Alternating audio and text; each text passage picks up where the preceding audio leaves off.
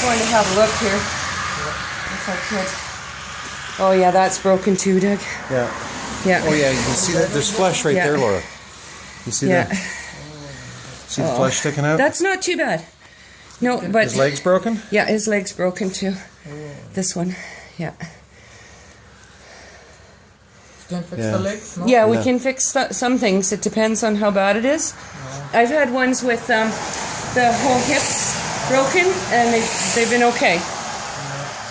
If it's too bad, pretty hard for. Yeah, if it's too bad. Yeah. Okay, that one I don't want to touch. Yeah, here, let me get under your arm. I just need to get that unhooked. Yeah, I'll try to. You want to put in the cage? Yeah, but I want to check him first. There's strength in there, Doug, so maybe it's not.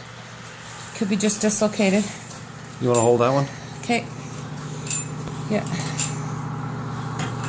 He's been hit or shot. Yeah. He's been hit. Oh, he got hit by electrical. He's burned. Or is it? No, it's not. No, because his feet aren't pink. Okay. No, I see the black mark on it.